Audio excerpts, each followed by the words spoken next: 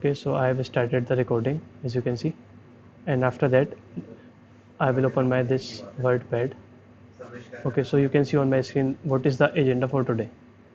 Okay, so I have already covered in yesterday's class what is ID locator, what is name locator, and what is class name locator. Okay, so today we are going to use two more new locator, which is XPath and CSS locator. This is CSS and this is XPath locator, and these two are the most important locators, okay, which you will use across all the Selenium test case.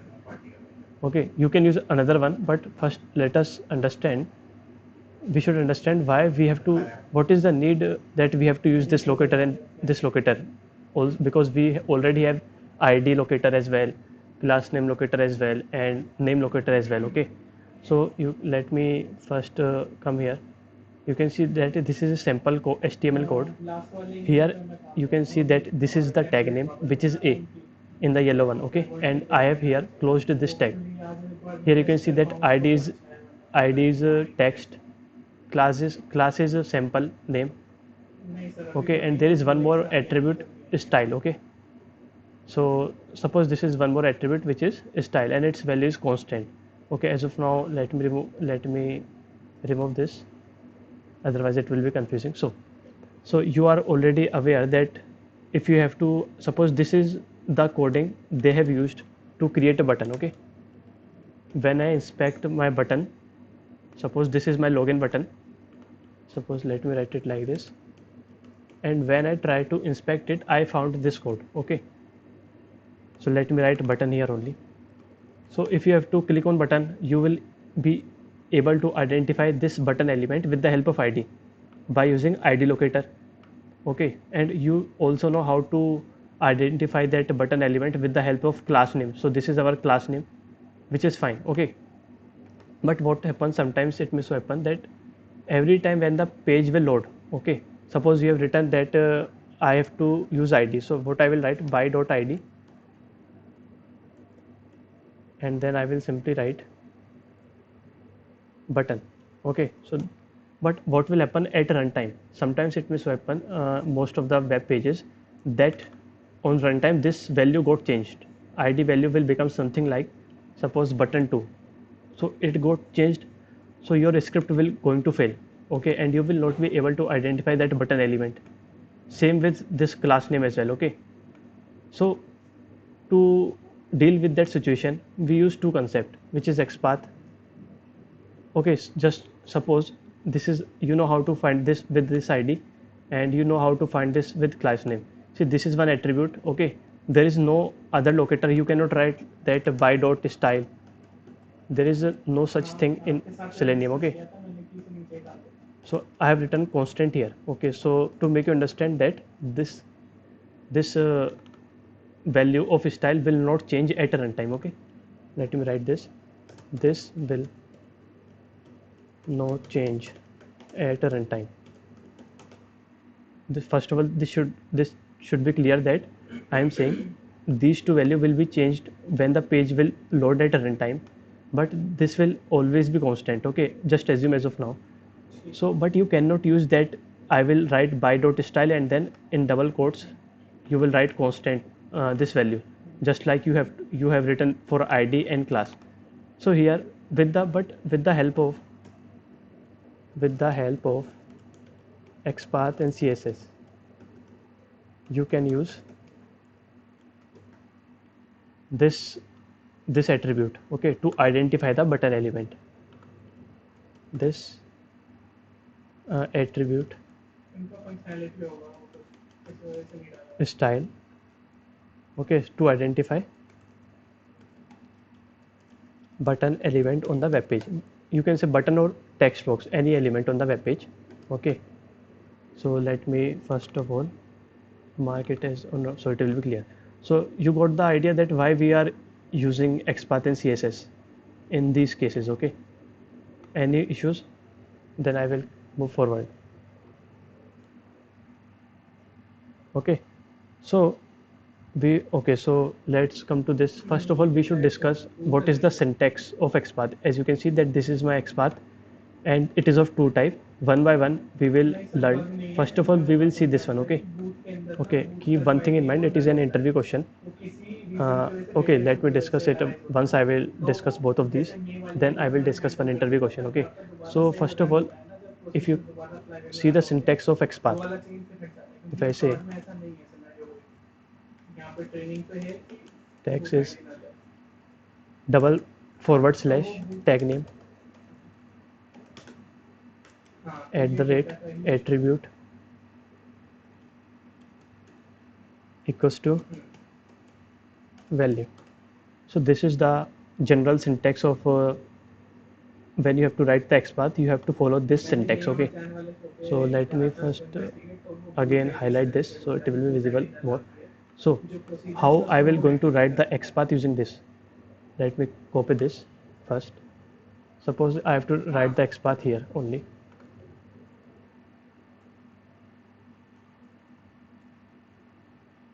Okay, so suppose I have to write the XPath. So this is the syntax, you can see.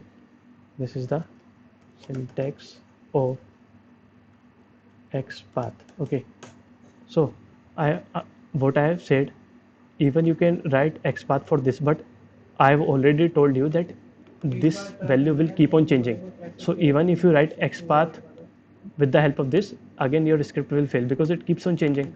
It is also changing, but you can see it is constant. Okay, so how we are going to write the XPath? As you can see here, again I am telling you this is the tag name. So tag name A will come here. Okay, A will come here. And what is the attribute? We are concerning only about this.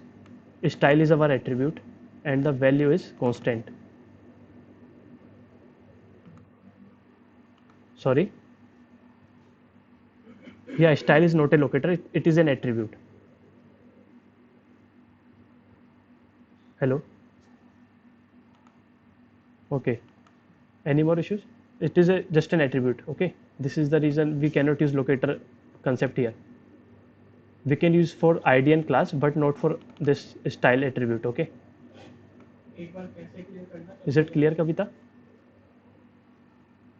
Okay, so what I was saying, this is our attribute. Let me write it, otherwise it will be, see, style is our,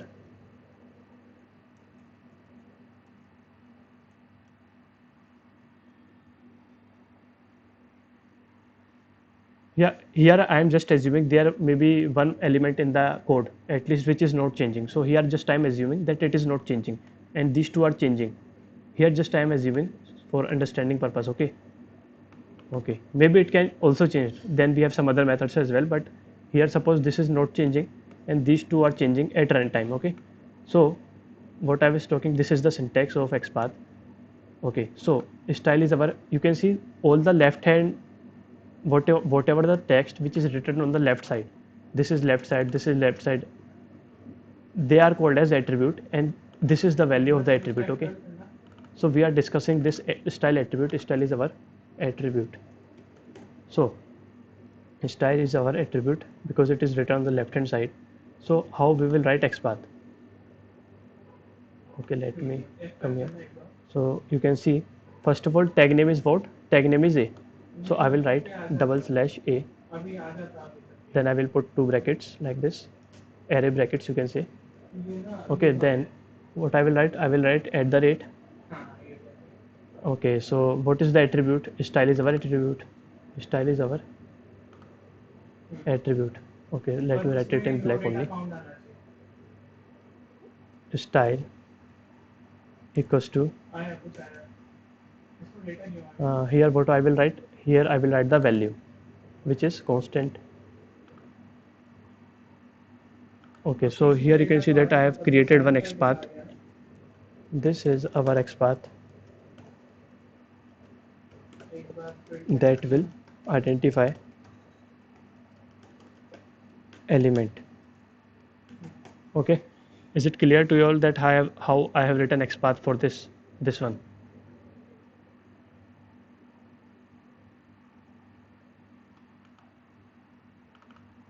Okay, now see, you can see this tag name identify. See, whatever the code, ID, class name, this all will go inside the tag name. Okay, so this is the tag name starting of the, you can say, let me come here. Okay, let me open my browser first.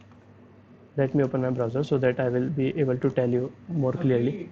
Suppose if I right click this and I will inspect it. So you can see there are so many codes here. So everyone see the starting. Div is the tag name. Script is the tag name. Okay, if you come above, see here dialog. Dialog is the tag name. So likewise you can see there are so many tag names. Okay, so inside the tag name you will find all the coding part written. Okay, so what I was saying here, this is one XPath. You may think that I will write / tag name. You will think that I will write with the help of this id equals to @id equals to value, which is button. It is also correct. You can see this is another XPath we can write to find our button element. Okay, let me make it big. But here one problem I have told you already, that this text keep on changing. This one keep on changing when you load the page at runtime. So even if you write this XPath, it will at runtime it will this element will change to 3. So it will not be able to identify the button, so that your script will fail. So you have to think that you have to decide which element is not changing. Okay, according to your, okay, you will just try. Okay, if it is changing, then you will use another element. Okay, if suppose this one is also changing, suppose this is changing and this remains constant, so you can go with the class attribute. Okay, you can write the XPath with the help of this. So as of now script will fail because it is changing. Okay, so you may have got the rough idea, and now we will going to do some practical approach. Okay, how we have to create this in our Eclipse. Okay, is it clear? Please note it down. I will say on a, you please note it down on the paper as well as of now. Okay,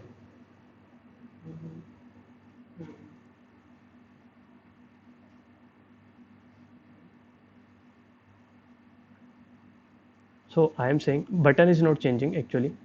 See what happened, you have made a website. Okay, after that what will happen, you have done some coding changes in your website. Okay, so sometimes what may happen, due to the coding changes existing features get affected. It may so happen in the big project, and it happens many of the time. This is the reason that we have to test every time. So what will happen, the coding, or you can say by mistake, or due to the some coding changes, they will change. They might or might not change. It depends. Here just I'm assuming that they are changing. So this is the reason that they will keep on changing as per the code they have pushed on the server. Is it clear?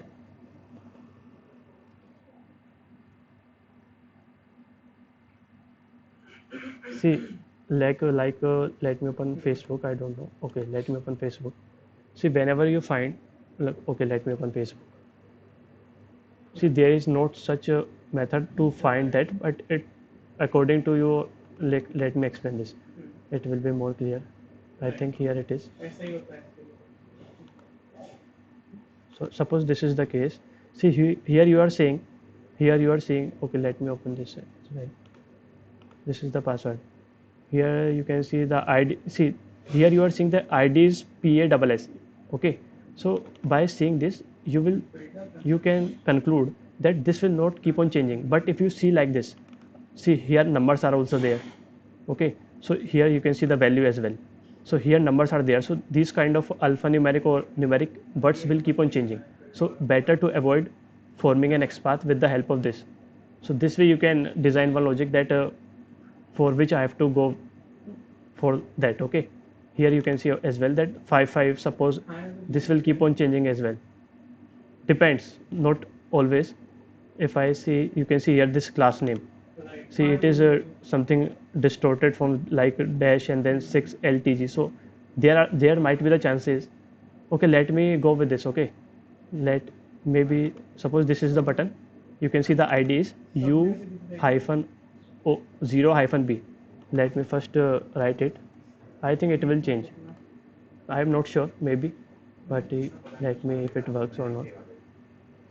Okay, let the id is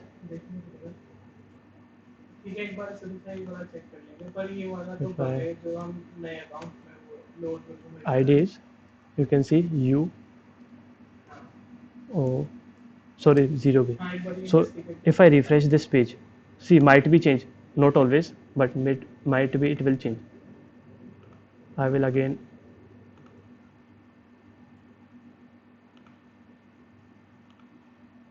Okay, it is not changing. So as of now you can see it is not changing, but these kind of things will change. Okay, let me try with this.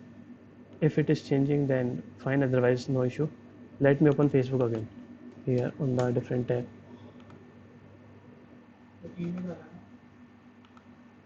Email वाला एक बार trigger हो जाए तो कुछ पता चले. अभी तो बस कोड कर रहे हैं. Okay. Yeah, I am saying it will not change always, but you should. Immediate वाला generic email होता है ना. No, I have seen that many times here only. This is the reason I came here, but here it is not changing as of now. It can change for any element. It doesn't mean that it is dynamic or not. I have tried this. Here it is not changing as of now. Maybe don't know why. Let me. Okay, let me take this ID.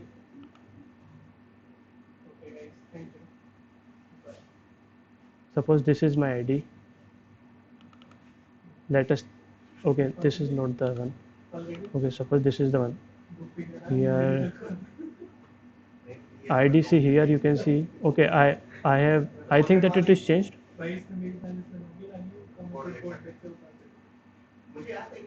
This is the one.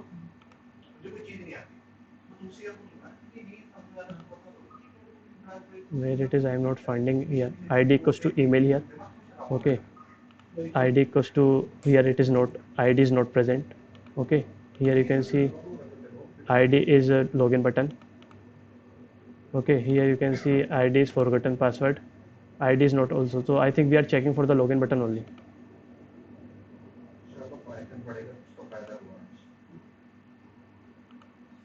Okay, let me open it again.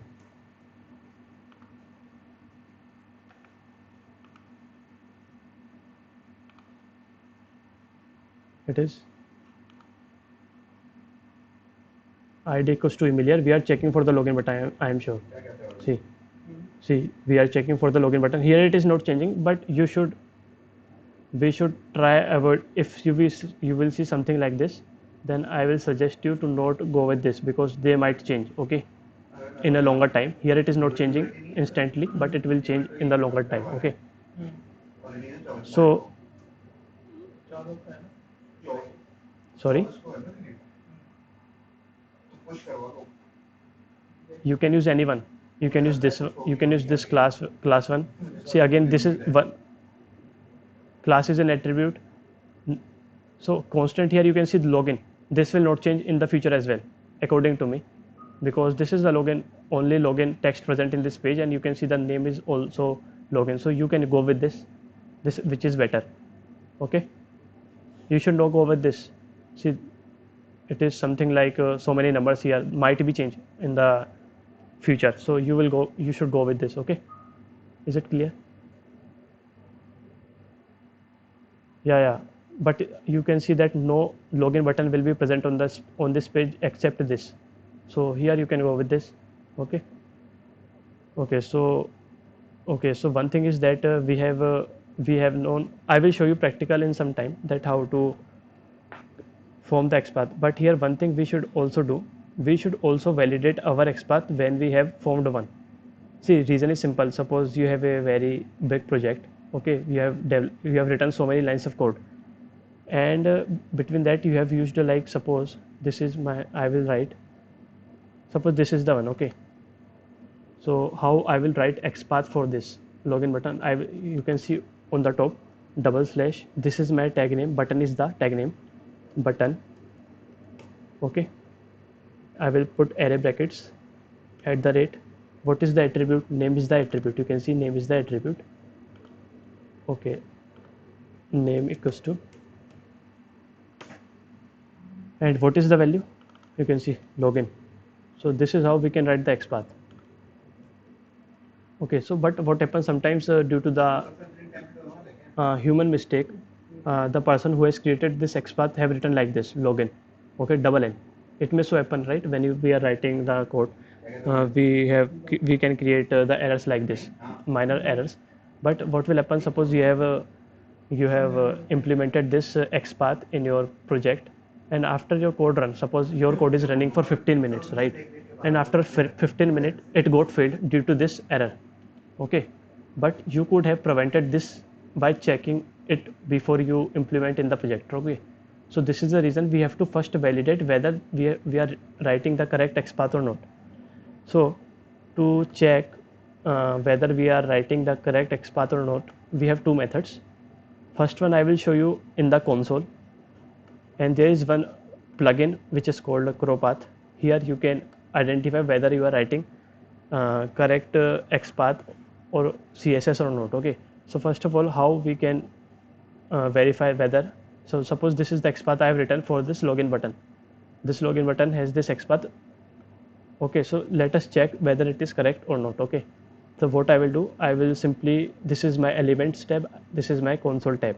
I will come here, I will write dollar, I will write dollar, and then I will put simply x for XPath. Okay, I will put double brackets like this, function brackets you can say, and in the double quote uh, pass that XPath, and after that click here at the end and press enter. So you can see if I expand this, you can see if I try to highlight it, it is highlighting my login button, and here the length is 1. Length 1 means there is only one element on this page which is having this XPath. Sometimes it may happen, suppose there are multiple login buttons on this page, at that time you put the length, might you got 2 or 3 depending on that, depending on the count of the button on the page. So this is one way you can see. Again, let me open this, let me try to verify whether we are writing correct XPath for this or not. Suppose you can see, you can use this one. Okay, ID, suppose we are using this one only. Okay, ID is seems appropriate to me. So what I will write, the XPath for this, how I will write, double slash, this is input is my tag name, you can see in the front, input is my tag name, and then I will write at the rate. Okay, so ID equals to email, so this is one XPath email. Okay, so we have written this, but our task should be such that we have to first verify it, then only we should implement in our project to avoid errors, okay, in future. So I will again come to here. Okay, then I will again write $x, and in this function brackets I will write my XPath. Okay, then I will press enter. So if I expand this, you can see it is again, when you put your cursor here, it is highlighting my uh, email address box, which means that our XPath is correct, and also you are getting the length as 1, which means that only one element is present on this page with this XPath. So is it clear to you now that how we have to create the XPath and how we have to validate our XPath uh, by going to this console tab? Okay, let me write the syntax here as well. Okay, I think I should write here only, check XPath in console, type $x, put function brackets, and then inside that put your XPath. Okay, whatever the XPath you have written. So is it clear to you now that how we have to check this?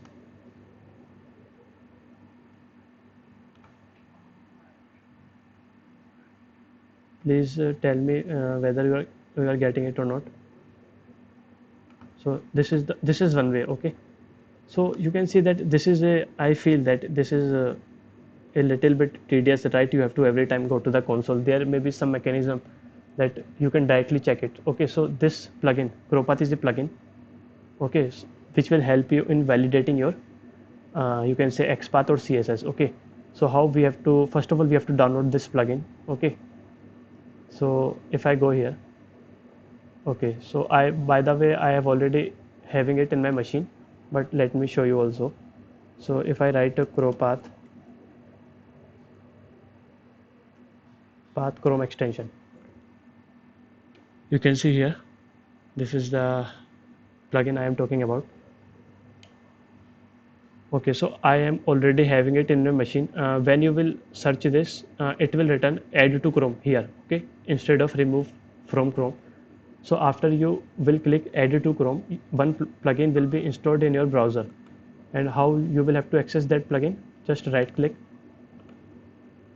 Okay, so here if I expand this, you can see that this arrow, if I click this, you can see the crow path here. Okay, so you have whatever the XPath you write, put this XPath inside this box and see what happen, right? Let me come here again. I will come to elements tab again. So first of all, let me again, so this is our XPath, okay? You can see this is highlighting. Our XPath is this input ID equals to email. Let me write it here first. / input @ID equals to email. So this is the one I think I have written it correct. Input ID equals to email. So this is our XPath. So we also know how to validate it with the help of console, but this time I will not go with this. I will go with this something better, which I feel. So I will open this crow path, and inside this I will put my ID. This, if I press enter, you can see it is saying one element matching, and this is the one element. It has also highlighted it. Let me refresh it once. I think it is already highlighting it. So okay, so it is not highlighting as of now. If I press enter, you can see as soon as I press enter, it is saying that this is the element, one element is matching. Okay, only one element is present, and you can see that it is highlighted saying that this is the XPath for this email address box. So this is how you can also validate your XPath and CSS with the help of this CrowPath plugin. Is it clear to you all?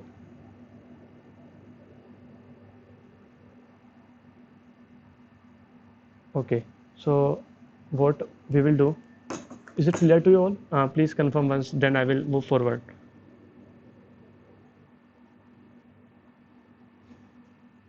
Huh.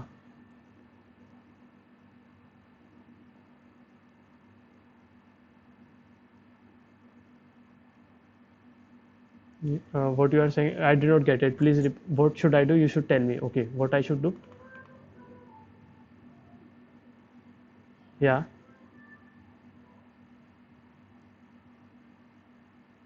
No, no, I have written this XPath already.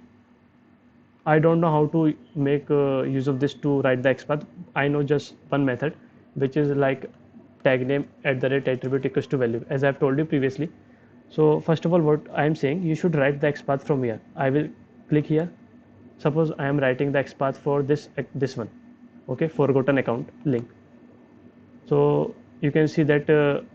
Okay, so as of now, you can see that we will see that how to write the XPath when you will have something like this. Okay, we will use one concept named absolute XPath. Okay, so let's suppose if I write if I have to write this, so what I will do, you can see the class is, this seems appropriate for me because I think it will not change.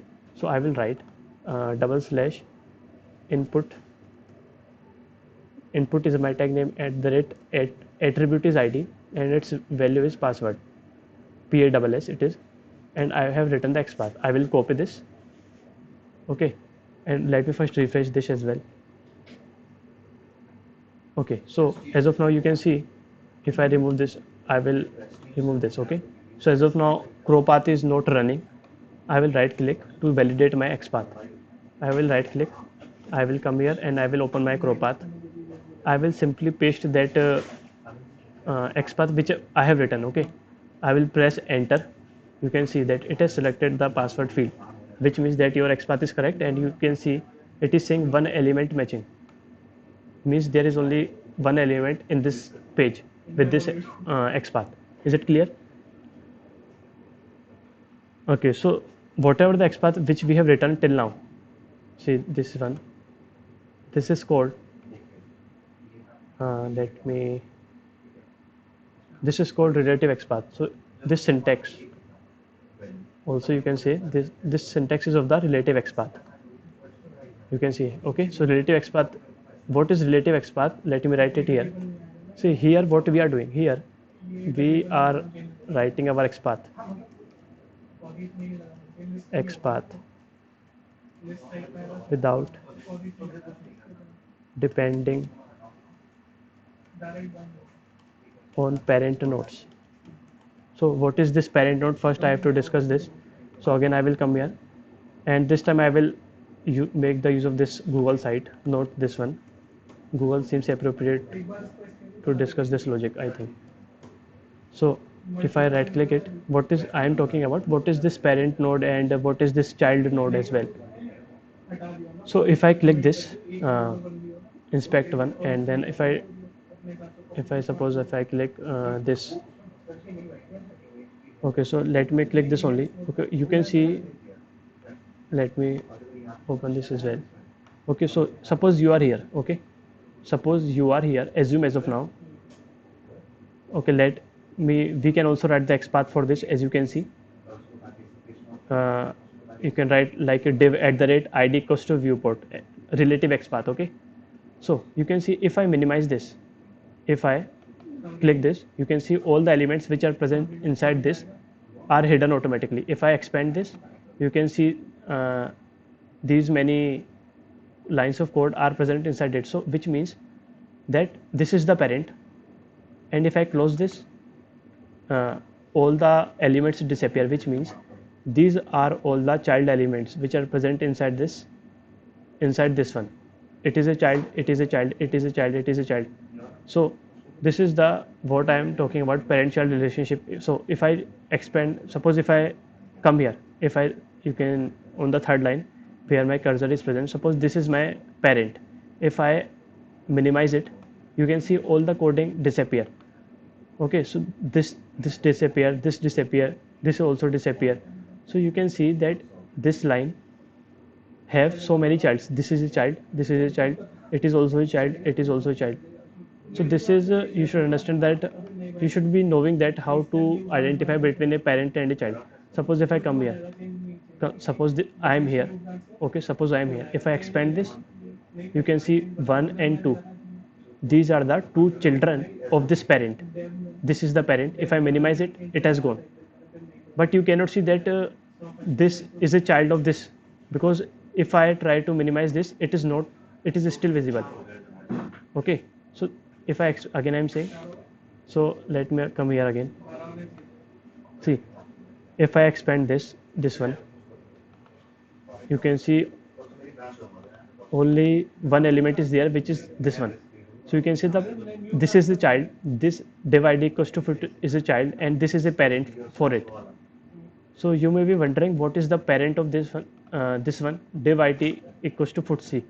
See, you can see the arrow. If I minimize it, okay, I have missed that, I am sure. I am not going to find it. Okay, let me explain again. Okay, I will not be able to find it now, I am very sure. So if I see, suppose if I minimize this, you can see here better, this is a parent. Suppose if I maximize it, you can see this is a child, this is a child, this is a child, this is also a child of this line. Okay, this parent class, not class, you can say actually the code. So this is one parent node, these are all the child node. This one is 1 2 3 4 5. So you can say the 5 child nodes are present inside this parent node. Okay, so if you try to expand this, see again, if I expand this, so you can see that this is the child, this is a parent for this. Okay, if I expand this one, see again, see clearly, if I expand this one, you may see this is a child of this parent, div id equals to gb is a child of this parent, this div class equals to this one id equals to search form is a child of this parent, right? And you can say that this top of the line is a grandparent, because if I minimize it, all code will disappear. So you can say that it is the parent of all. Okay, but you can see if I expand this, not this one, that if I expand this one, okay, not this one as well. So here you are getting this concept or not? Or let me try it again to explain you what is this parent and what is this child. Please confirm.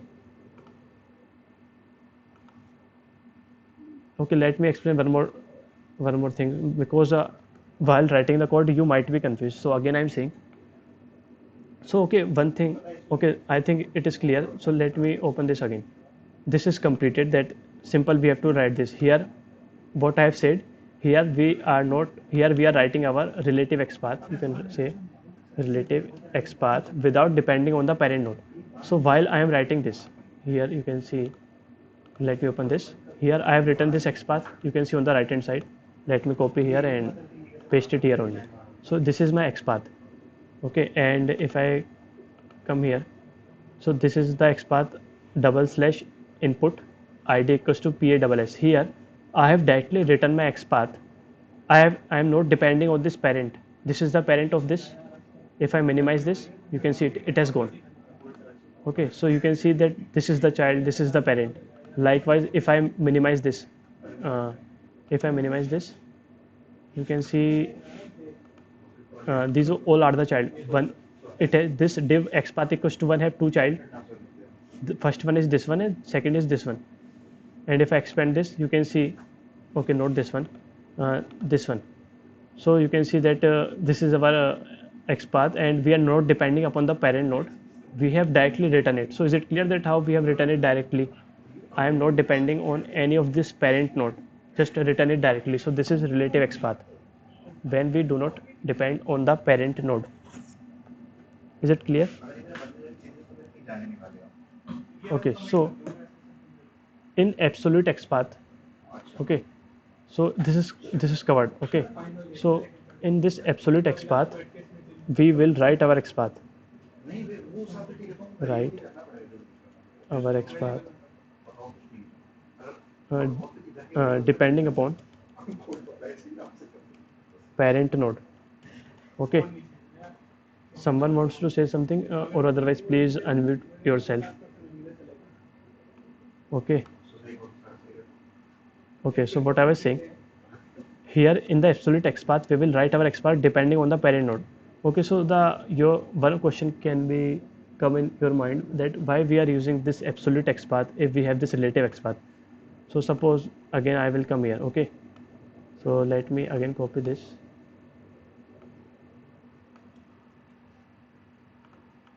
Okay, so as of now assume,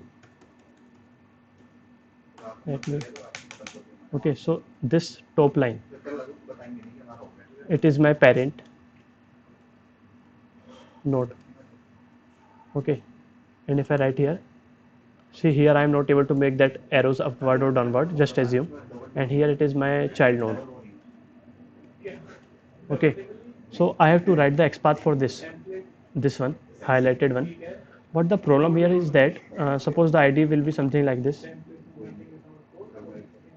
and you can see button is something like this, 0 1, and the class name will be something like G hyphen 0 hyphen 1. Okay, and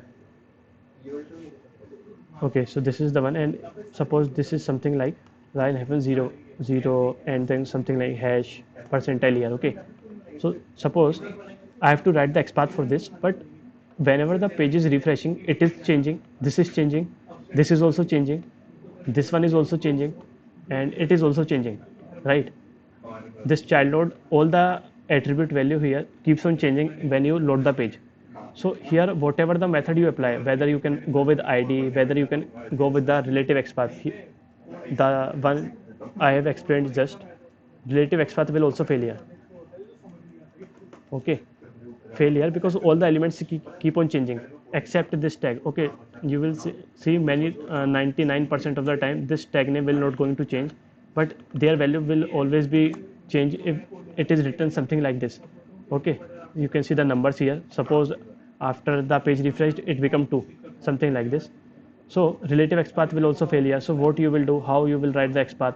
But we have this parent node here. Okay, and here this is you can say like, suppose this is constant, this will not change. Okay, so what I will do, I will write relative XPath for this highlighted line. I will write again, I'm saying, let me write it. I will write relative XPath of my parent node. See, this is my parent node and this is my child node. So what I will do to deal with the situation, I will write relative XPath of my parent node, and from there I traverse to my child. So I have written a relative XPath for this, and then I will come here. Okay. So this way, what I have done, I have written the XPath for this child node with the help of absolute XPath. So is it clear to you all that why we are using this absolute XPath?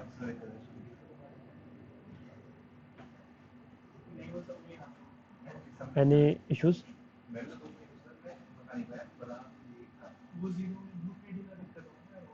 Please ask if you have any confusion. See, there might be one other parent present. There might be the one other parent which will present uh, on the up of this. Okay, suppose this is the parent, and after that, suppose this is the super parent. You can say AID equals to text. I think it is the suppose assume if I write like this.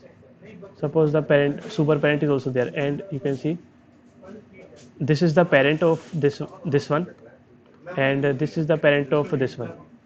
So you can see you are saying that this is also changing and this is also changing both.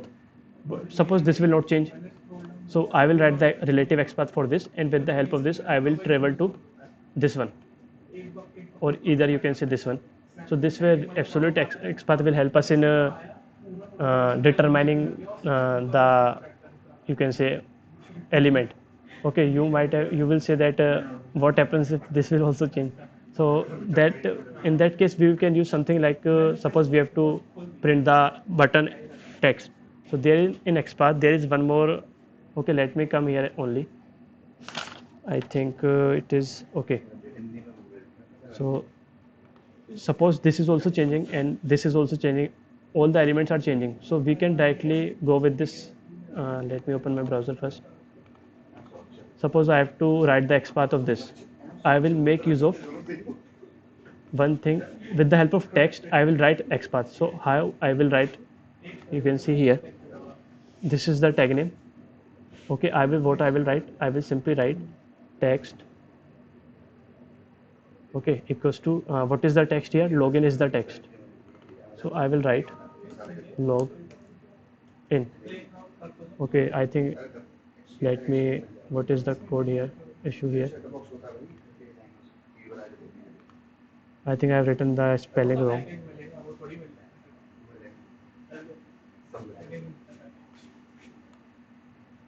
Where it is, where it is.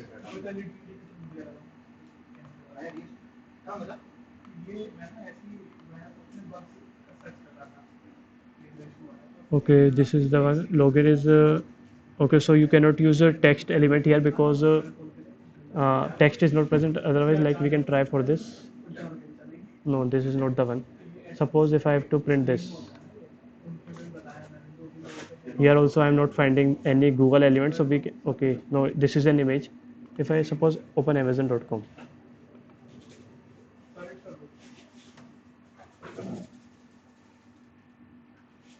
Okay, suppose I have to print this. Print this.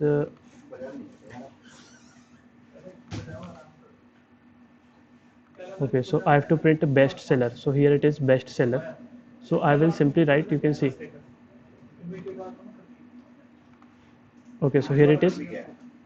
Okay, so I will simply write. If I have to find this element with the help of text only. Okay, I will simply write one XPath with the help of text. I will write, this is my tag name, you can see, this is my tag name, A is my tag name, and then I will write text equals to, so this is the text, best sellers.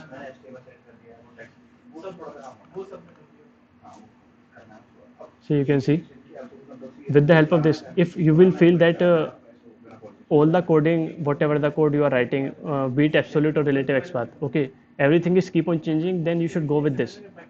Okay, this will so that by the help of this text one, you will be able to identify your element uniquely.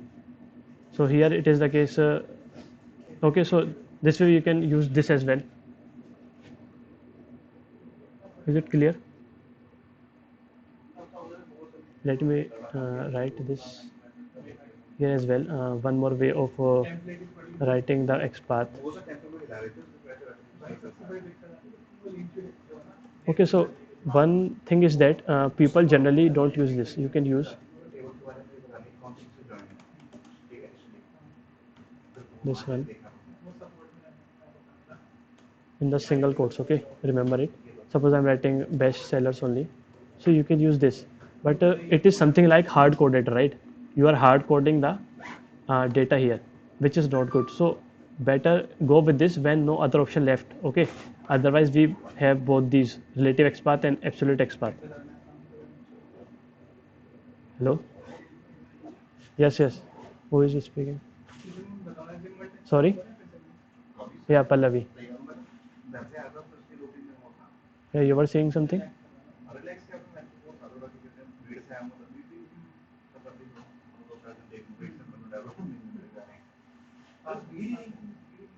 Yeah, actually, I will tell you in a short while. Okay, if you are saying that in a XPath two elements are matching, then what we have to do? Okay, I will tell you. I will tell you. Pallavi was saying something.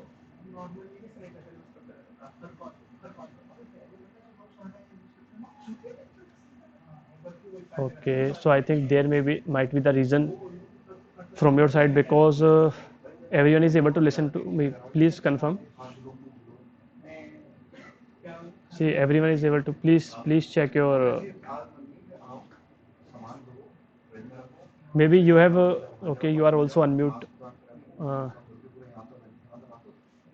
Try to disconnect and then come again. Might be that help.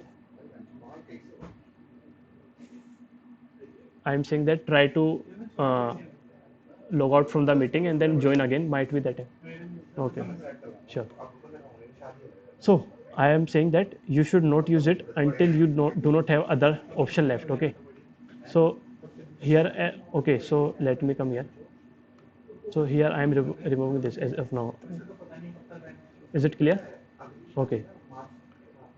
So how I will write absolute XPath? There is not any ready-made syntax, but let me absolute. Okay.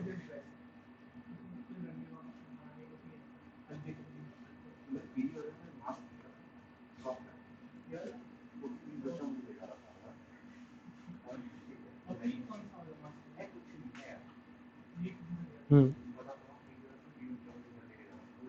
Yes, yes, yes, yes, yes. So what I've told you that you should use relative XPath. Suppose this is the case. Here I have already told you that every element that will keep on changing. This is also keep on changing. That will also keep on changing. It will also keep on changing. But you will suppose these three are also keep on changing in the parent node. But suppose this is constant. So what you will do? You will do you will not be able to write the XPath for this, because every element is changing here, but you can see the parent one, it is constant. So what you will do, you will write absolute XPath here, so that you can write the absolute XPath for this, and then you will traverse to this one. Okay, but generally what will happen, let me tell you first how to write absolute XPath, and then I will tell you in more detail. Okay, please wait for 2 to 3 minutes. Okay, so here what I am saying, every element is changing here, but here this is constant, this is parent one. So what I will write relative XPath for this first. So what I will write, how to write the relative XPath, I think it is clear to you all. I will write /a @id equals to, you can say button. Okay, button. Okay, so what I have written, this is my relative XPath. You all are familiar with this as of now, I think. So if you have to write, if you have to come here, this is child. Okay, so this bottom one is child, this is parent. Just you have to, what you have to do, put one slash and then write the tag name. This is the tag name of child, this. Okay, so this is the tag name, so write it here, this one. So by writing like this, what you are doing, you are writing the XPath for absolute XPath for this. Okay, this whole thing will become absolute XPath as of now. So this way you have resolved your problem, and you will be able to write the XPath, absolute XPath I will say, for this one, even if all the elements here keep on changing. So this is where we can use absolute XPath. But here one problem is there. Okay, let me discuss that problem as well. Suppose after this line, let me copy it to the fullest. Okay, if I write, see, this is another child. Okay, suppose this one, and then I will closing the tag here. I will write /a, and then I will, okay, so it is going in another line. Okay, so now it is fine. So what I'm doing here, understand. Okay, so the scenario is something different here. Okay, so you have to write, suppose the XPath for this one, right? But here you may think that, okay, I will write the absolute XPath for this. Okay, so what you will do, this is child, and this child has one parent, which is this, and this child has one parent, which is this.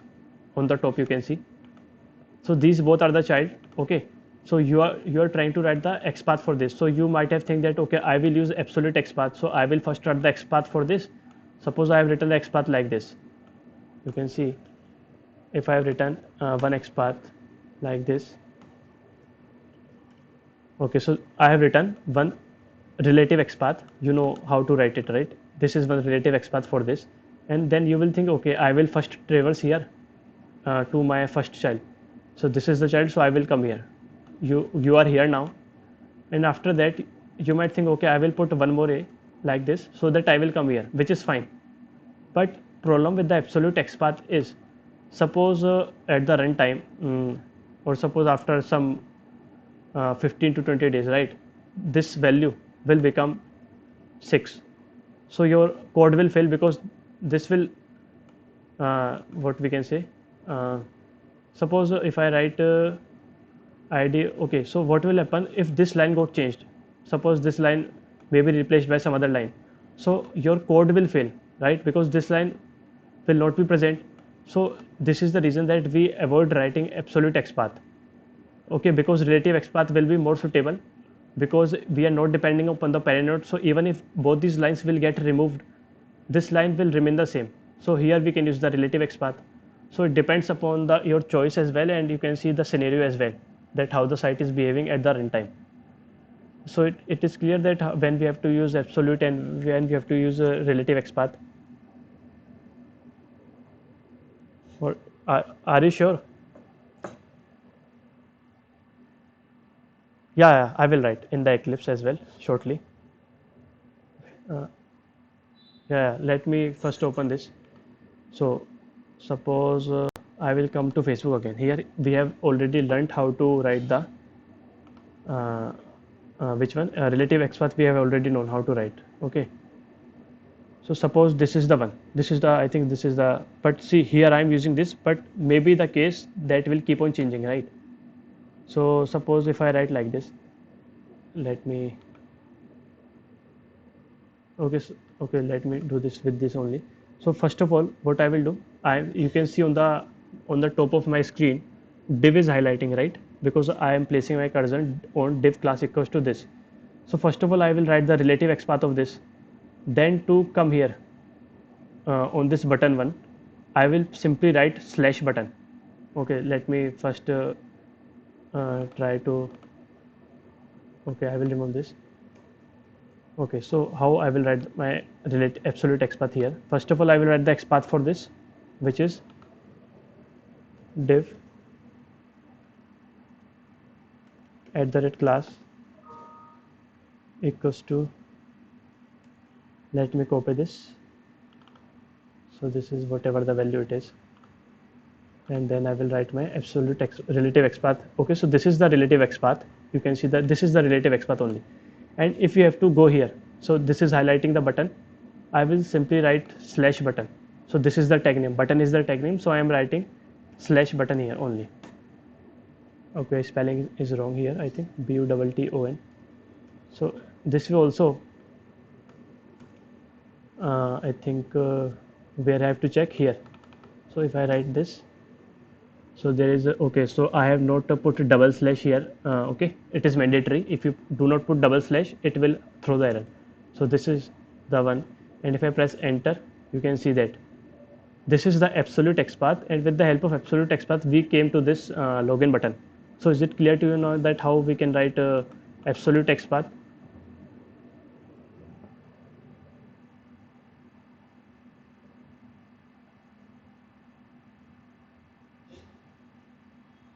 Okay, okay, so likewise, okay, so this is the, okay, so I think we should also discuss some more questions on this. Suppose if I go to this, okay, let me open one new website. See here, I think, okay, let me first do one practical with this, because we have not executed any code today. So I am copying this absolute XPath. What I will do, I will extract this login text, right? Wait a minute. Or I will try to, I think I should try to click this. Let me see what, if I click this, what will happen. I think it will show some that you should have to enter the password and well. Okay, so let's take this website. It is not a good choice. Suppose if I write a XPath for this one, okay, I will enter something in this. So suppose which one I should take. It seems appropriate. ID is good. Type is also good. Okay, I think I should go with this ID this time. It is same, because you can see the name itself is saying tab search text box. So I will write XPath for this, or let me write absolute XPath for this, because relative XPath is straightforward, but absolute XPath is little bit tricky. Okay, so what I will do, first I will add the relative XPath for this, and after that I will jump here. Okay, so you can see, let me write, I am writing it here only on the top, or let me open this. So let me remove this. First of all, what I will write, I will write the relative XPath. So how I will write, div at the red class equals to, so what inside this I will write this one, this value.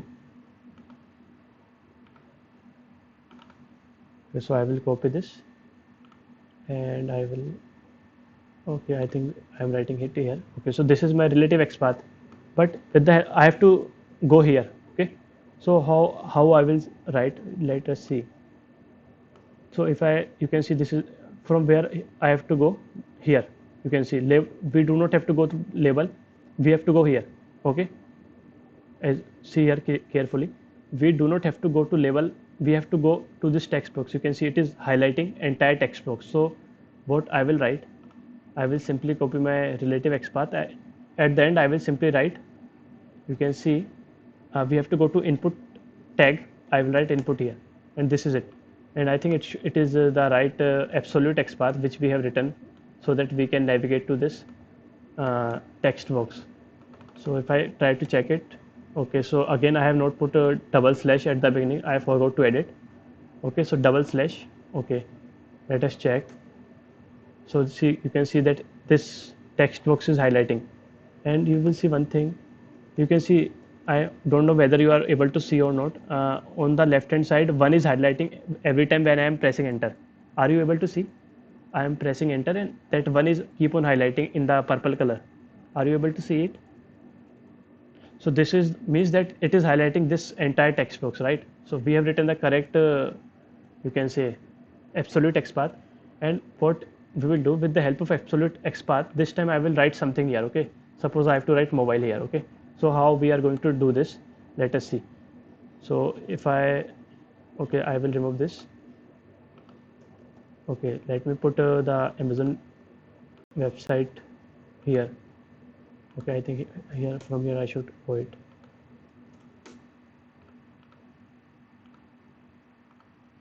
Amazon.in. So I will simply copy it, and then I will paste the link here. You can see. Okay, so it will open the Amazon website. After that, what we have to do? Again, driver.find element. Just we have discussed yesterday, right? So again, I will sort by dot. This time, see, class name, we are interested in this one. Where it is by, I will write XPath. this one. Okay, if I select this, you can see it is, see, whether absolute or you can say relative, syntax will be the same till here. Okay, if I'm saying, if you want to put relative XPath here, you can put. If you want to put absolute XPath here, you can put. Okay, so there is nothing much difference. Okay, so what I will do, I will simply, this is the XPath I have written. Sorry, it is absolute XPath. Okay, so I will simply copy my absolute XPath here, and after that, what I have to send something. What I have to send? Suppose I will send mobile. Okay, so what will, with the help of this, we will see, we will be able to write mobile in that search box. So let us wait for the site to open.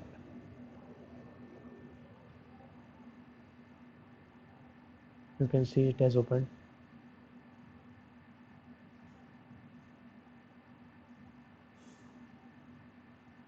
See, mobile has entered automatically, right? So this is how we can do it with the relative XPath as well. Okay, it will be same, right? If I try to do it, suppose I this time I want to go with not absolute. This time I have to go with the relative XPath. So how you will write? You will, this is the one. So I will simply write /input @id equals to this one. Okay, this is our relative XPath. So this time you can also do with the relative XPath as well. I am removing this absolute XPath, and you can see here, see, this is the only difference in the relative and the absolute. So I will just remove this, and that become my uh, relative XPath. Okay, so this is incorrect, sorry. So if I write like this, you can see this is my uh, relative XPath. Okay, this is the relative XPath. So I am again sending that mobile text in the text box, but this time with the help of relative XPath. So you can see that it will enter the mobile, and you can perform any kind of operation, right? If you are able to write, let me first discuss this, then I will come. It will enter mobile again. So it has entered the mobile again with the help of relative XPath. So likewise, if you are able to find the relative or absolute XPath, you can perform any operation here. Okay, like if you have to click it, then you can click it as well. Okay, if you want to get the text of that, okay, let me write it correctly. If you want to get the text with the help of relative XPath, so you can use this method as well. Okay, so these are the basic operations you can perform. Okay, so one person has asked one question, that what if there may be two more XPath with the same name. I don't know, I will able to find it here, but let's try. Okay, so suppose if so if I have to write the XPath for this, this, you can say, if I click here, you will see one language box will open. Language, I think it is language setting page will open. Okay, so I will write the XPath for this first. Let me try. So if I try to come here, okay, so you can see that it is able to highlight that element. You can see on the page span.navline-1. I will write one absolute, sorry, not absolute, this time I will go with relative XPath. Okay, so how I will write relative XPath? I am writing on the, suppose if I write here /span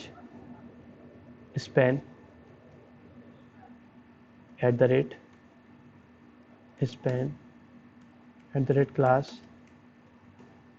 Okay, so this is how we can write absolute XPath. See, I am not very sure, maybe we will get more than two element. Okay, with the help of this relative XPath. Let us check. Okay, so you can see that there are so many elements, 6 elements are you are getting with the same XPath.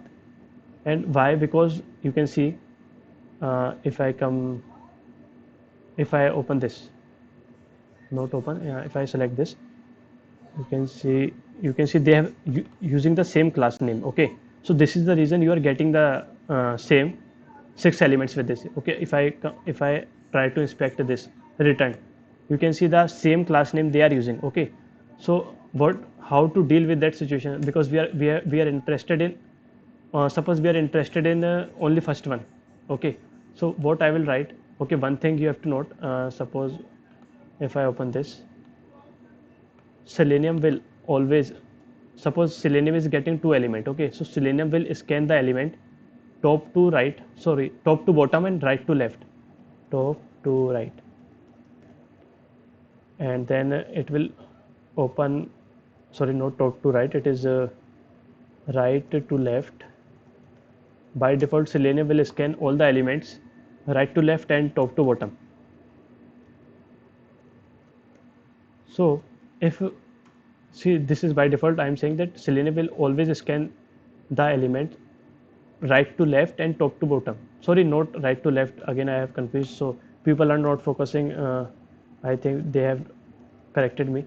Okay, so anyways, I am saying that Selenium will always scan from like this. Okay, you can see first it will come from left and it will go to right. Again from the next line it will come to left and then right. Again from the next line it will come from the left and then it will go to right. So this is by default.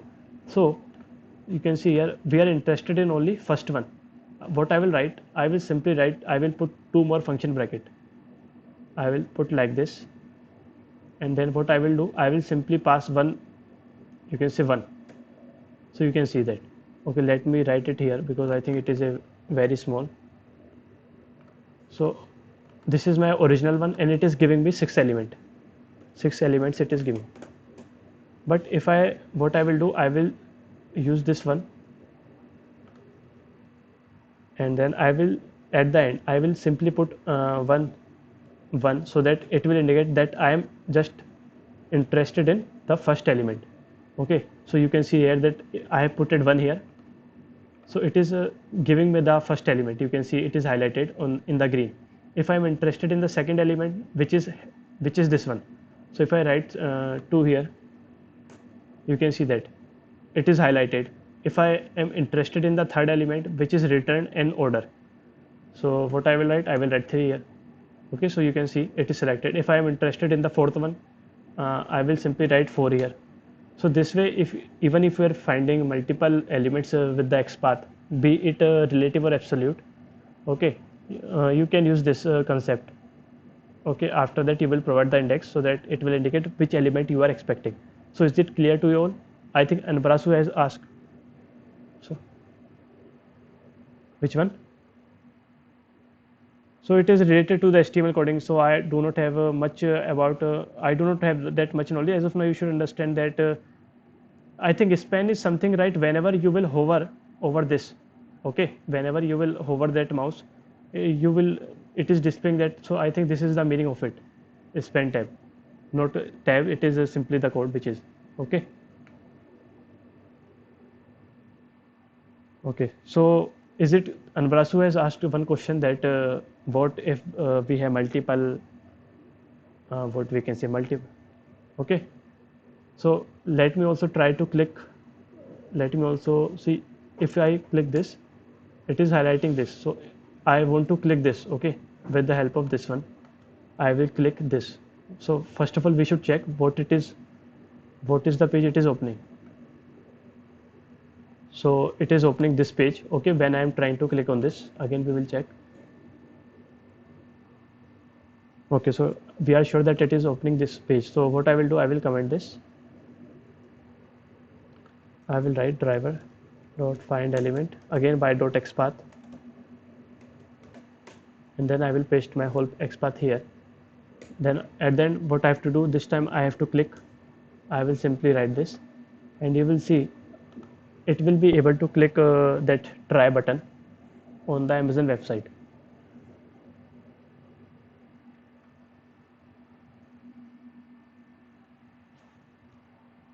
I think it should click once the site is fully loaded. Okay, so you can see that, okay, it has clicked it, and you can see that. Okay, so this is how you can use this method as well to click to a particular element on the web page. Is it clear to you all?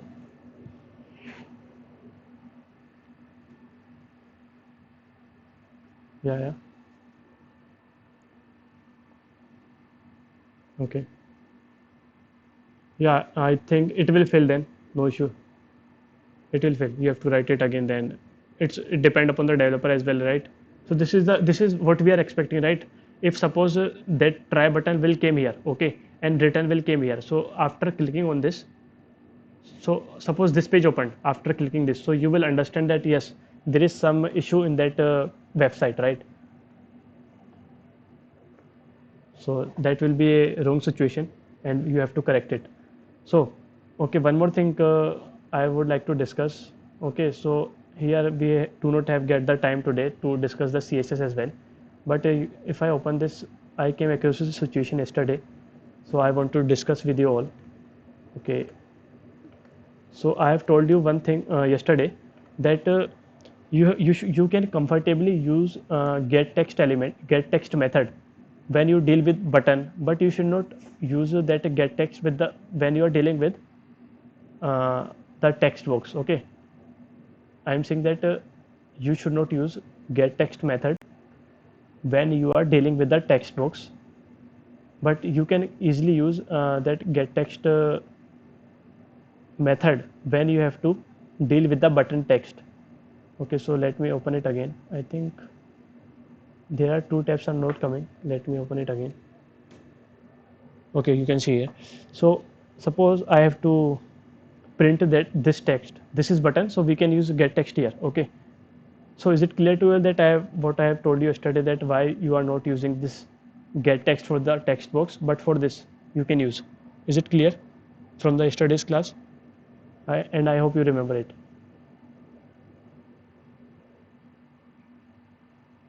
Am I audible?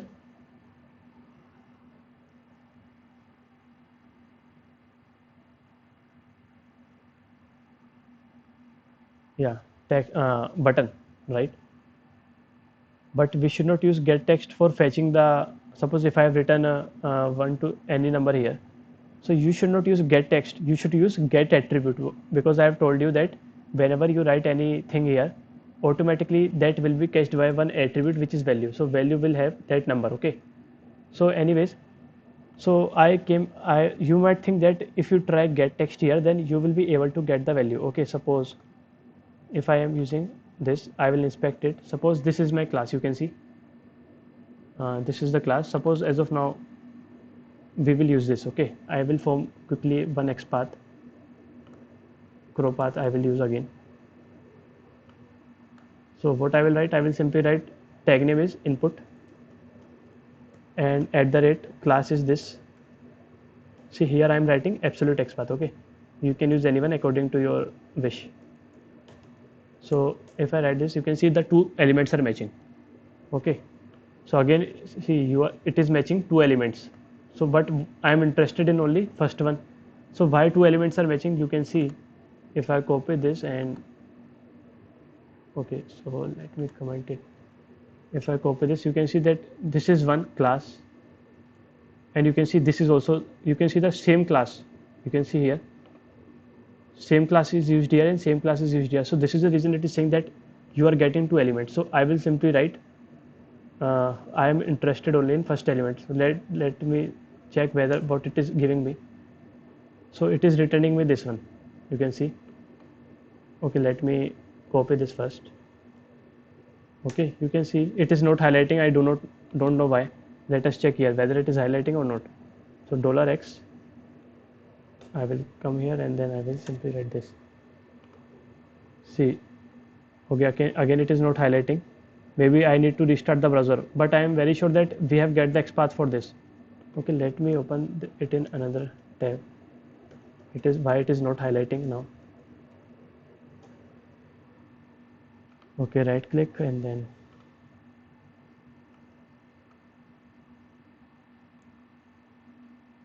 if I see what I was talking, that you will find this class in two different places. If I do like this, so this is the one and it is highlighting this entire, you can say text, not text, entire, you can say whatever it is, window, you can say. So it is highlighting this, and if I go on the second place, if I search this, see it is highlighting this one. And so I think you should go with one only. Let it is not highlighting, I do not know why. So again I will write input class. See, two elements are matching. If I write, I think 2 is the element.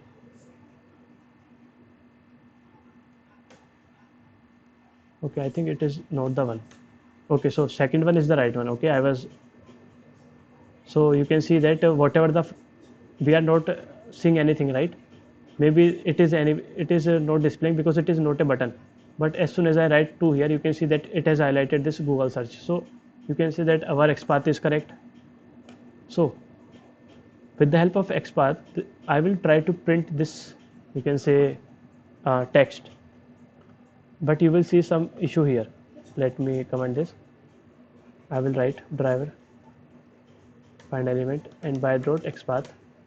Again I will write my XPath here, and then what I will try to do, I will have to fetch the text.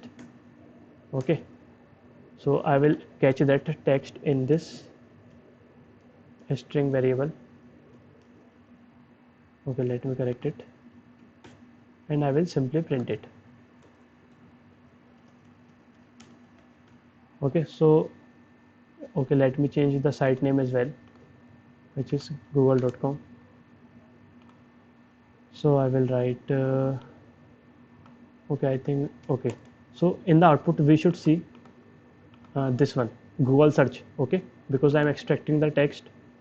So if I try to run this program, okay, I will debug this program. Okay, I will debug this program and I will show you what is happening.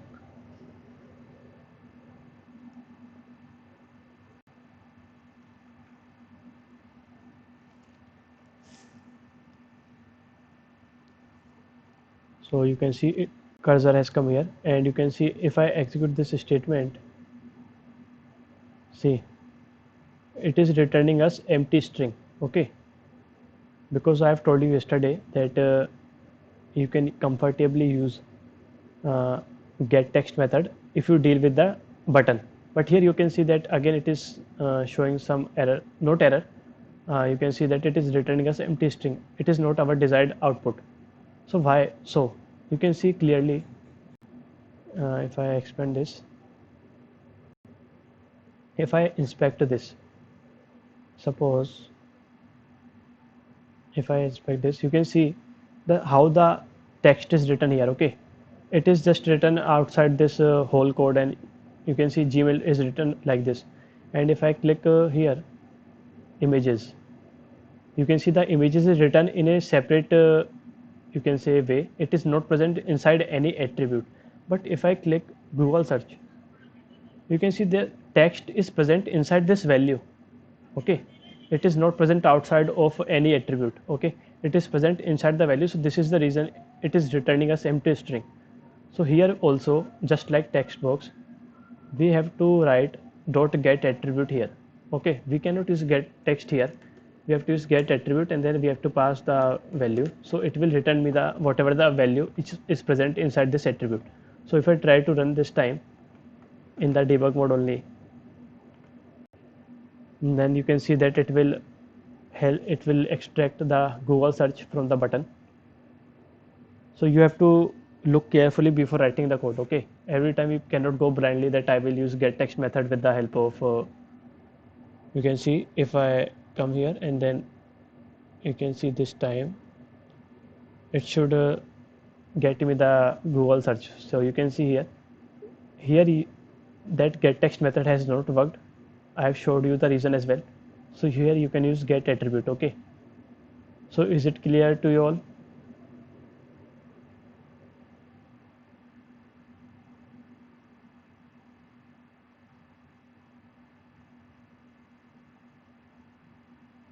See, as of now, okay. No, actually, I am showing you actually what you will do. Suppose after printing this, you have developed. Suppose you have developed this Google website, right? And you can say that in Google every day the new code will change. Okay, in Google. So suppose someone, due to the coding changes, this text, this Google search will become like this. Google search due to the code changes. The top Google result. So I will write Google search. Okay, suppose this text will become this Google search will become like this. So which is wrong? You can see it should be like its original value. You can see it should be like this. So as of now I am printing to show you that we are getting the exact text. Okay, so suppose in the when you will come forward in the Selenium, you will not see that we will print this. Okay, I will show you. So this is not the agenda, but I think I can use this. Okay, here I will just explain with the if else only. We should not go there. So we will check. Suppose you can, if I write one if else condition here, if text dot, and suppose this is my original text which I want, a string text equals to, this is the Google search. Suppose okay, let me write it in a correct way. Okay, so this is the one.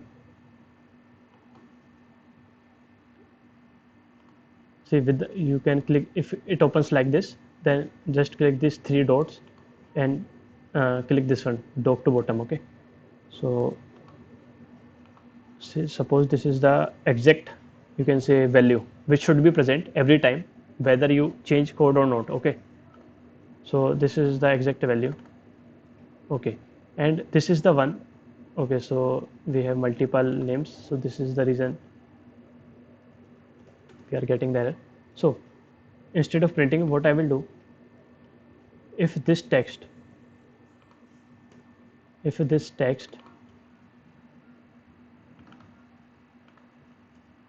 equals to the text, see this is the text we are getting from the browser. If both are equal, then I will say ki yes, okay, uh, even after the code changes, no issues with the button text. Okay, which is fine. Okay, we should not have any issue in that. But suppose while extracting the text, you may get some different result, right? As I've shown you, like you may get the result like this. You may get the Google search like Google search, which is not correct. So what will happen? It will just go to else part, and it will print, okay, it will print like we have made code changes, and due to which Google search text is changed. Okay, which is not good. I will write Google, let me write it in capital first, Google search text changes to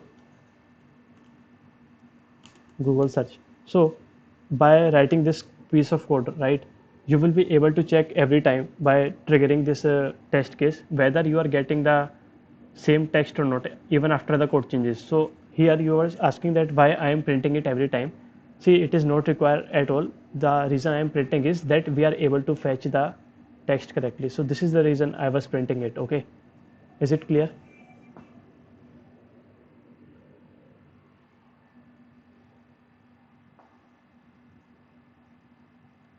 Is it clear to you all? Okay, so in the when you will come forward in Selenium, we will not going to print this every time, right? We will have some mechanism that you do not have to print it in your console. A script should fail, or you can say the script should throw the error automatically, right? We will not going to print it. There is a separate section for it which is called assertion in Selenium. When we will come to this topic, then we will discuss that how to validate whether you are getting the exact text or not. Okay, so I think we have not covered the agenda because due to lack of time. Okay, so tomorrow I think XPath is already completed, and I have explained I think every modification of XPath as well. Okay, so there is one more thing in XPath which is parent to child. Okay, you can say, if suppose if I come here, this is the parent, suppose this is my I am here in this highlighted line. So from this line I have to jump here, then how I will do it with the help of XPath. Okay, so we will discuss in our next class. As of now, okay, so I think you have got a new topics to learn today. Okay, So I think we should wind up the session for today because it is already, I have already extended the class. Okay.